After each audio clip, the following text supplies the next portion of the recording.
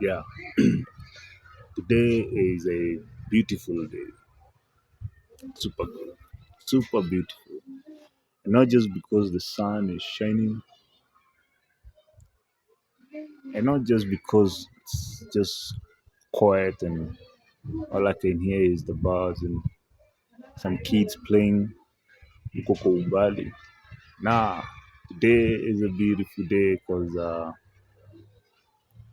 I get to hang out with my band. We get to do something, something before a little something, something coming up. This is Flo Flan. Let's go get it. Bemras.